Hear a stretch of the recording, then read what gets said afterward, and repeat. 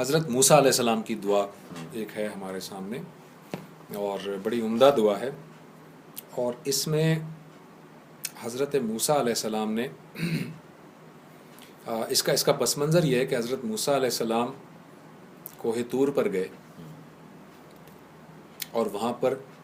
پہلی مرتبہ very first time اللہ تعالیٰ نے آپ سے کلام کیا، اور جب آپ سے کلام کیا اس وقت آپ بالکل حیران پریشان تھے، آپ ہکا بکا رہ گئے کہ ہو کیا رہا ہے، یہ ان کو سمجھ میں بھی نہیں آ رہا تھا۔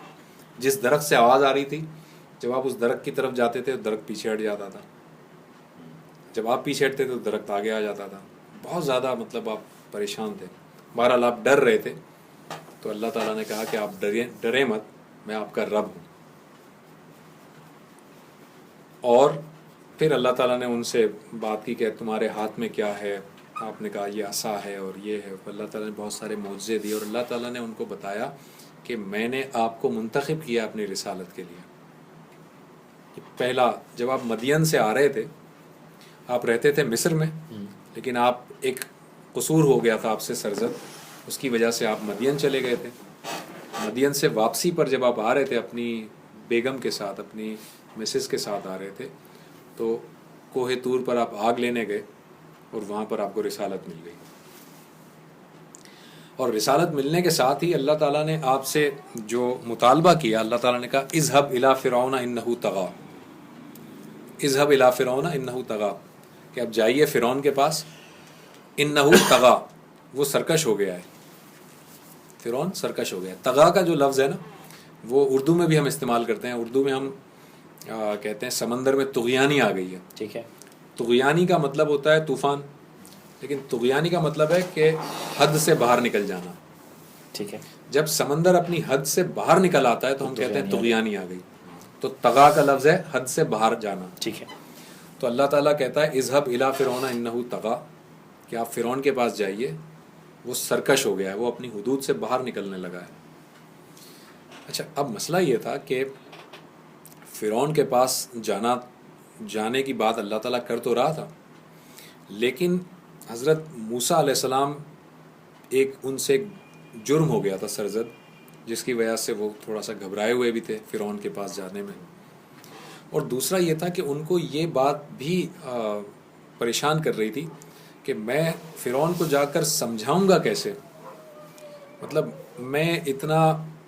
فصیح اور بلیغ نہیں ہوں، میرا انداز گفتگو اتنا اچھا، اتنا امپریسو نہیں ہے۔ تو اپنی اس انداز گفتگو کو امپریسو بنانے کے لیے وہ دعا کر رہے ہیں، یعنی اللہ تعالیٰ نے جب انہیں کہا نا کہ اذهب الى فرعون انه طغى، اس وقت یہ دعا وہ کر رہے ہیں۔ وہ دعا کیا ہے؟ سورہ طٰہٰ آیت نمبر 25 سے لے کر 27 تک وہ دعا یہ ہے، رب اشرح لی صدری ویسر لی امری واحلل عقدۃ من لسانی۔ 3 آیات ہیں، ٹھیک ہے۔ رب اشرح لی صدری، اے میرے رب میرا سینہ کھول دے، اوکے، ٹھیک ہے۔ رب اشرح، سمجھ نہیں پا رہا تھا، ٹھیک ہے۔ ربی اشرح لی صدری، ٹھیک ہے۔ اے میرے رب میرا سینہ کھول دے، ویسر لی امری، اور میرے اس کام کو آسان کر دے، ویسر لی امری، امری کام، یسر لی آسان، واحلل عقدۃ من لسانی، اور میری زبان کے اندر فصاحت پیدا کر دے، میری زبان کی گرہ کو کھول دے، جو لکنت تھی ان کی۔ اب یہاں پر یہ بات آپ نے جو کی نا، یہ عام طور پر یہ بات کہی جاتی ہے کہ حضرت موسیٰ علیہ السلام کی زبان میں لکنت تھی، انگارے والی جو ہے، انگارے والی، لیکن یہ ساری کی ساری روایات جو ہیں وہ بڑی کیا کہتے ہیں غیر مستند روایات ہیں، ٹھیک ہے۔ غیر مستند روایات ہیں۔ اور جب آپ قرآن کا پورا مطالعہ کریں گے تو آپ کو پتہ چلے گا کہ اللہ تعالیٰ اپنے پیغمبروں کو جب بھیجتا ہے نا دنیا میں، تو ان کو کوئی جسمانی نقص نہیں دیتا۔ پیغمبر کبھی بھی کسی جسمانی عیب میں، جسمانی نقص میں نہیں ہوتے۔ پیغمبر بہت اچھی صحت کے مالک ہوتے ہیں، کیونکہ پیغمبر وہ لوگ ہوتے ہیں کہ جن کو لوگوں کو کمیونیکیٹ کر کے اللہ کی طرف بلانا ہوتا ہے۔ جب پیغمبر کے اندر کوئی جسمانی نقص ہو تو ایک تو یہ کہ پیغمبر کم تری کا شکار ہو سکتا ہے، اور جو دوسرے افراد ہوں گے ان کو یہ کہنے کا موقع ملے گا کہ آپ اللہ کے پیغمبر ہیں، پہلے آپ اپنی فلاں چیز تو پہلے ٹھیک کر لیجئے۔ تو آپ جتنے بھی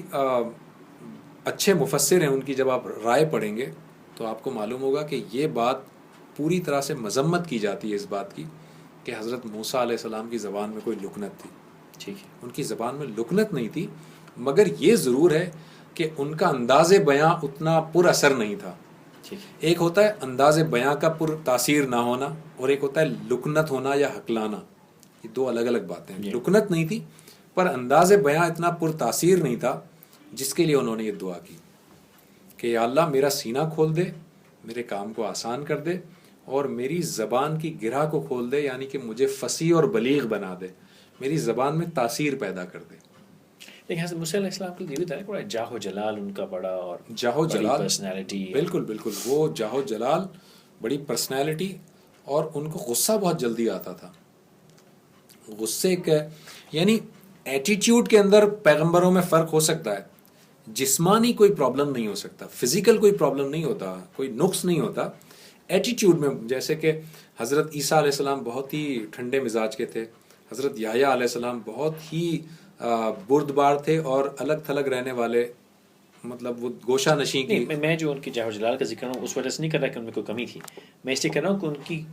پرسنالٹی بہت اسٹرانگ تھی، بہت اسٹرانگ، بہت اسٹرانگ، اس میں کوئی شک نہیں تو ہے۔ پھر یہ گرہ جو کھلنے کی بات ہو رہی ہے، آپ کہہ رہے ہیں کہ وہ فصاحت و بلاغت نہیں تھی، تو وہ یا یہ اس واقعے سے پہلے کی بات ہو رہی ہے اور بعد میں؟ نہیں، یہ واقعہ تو ہے، یا آپ کو رسالت مل رہی ہے اس کے بعد آپ یہ دعا کر رہے ہیں، ٹھیک ہے نا۔ اس دعا کے آگے بھی کچھ الفاظ ہیں لیکن وہ چونکہ ہمارے لحاظ سے ریلیونٹ نہیں ہے۔ مثال کے طور پہ ہارون اخی اشدد بہ ازری، کہ میرے لیے میرے بھائی کو بھی میرا مددگار کر دے، ٹھیک ہے نا، وہ چونکہ ان کے لیے بھی نبوت مانگ رہے ہیں۔ تو یہ جو جاہ و جلال ہے یہ اپنی جگہ پر ہے، مگر جو میں کہنا چاہ رہا ہوں وہ یہ ہے کہ ایک شخص ہے جو پرسنالٹی بڑی اچھی ہوتی ہے، جاہ و جلال ہوتا ہے، غصہ ہوتا ہے، لیکن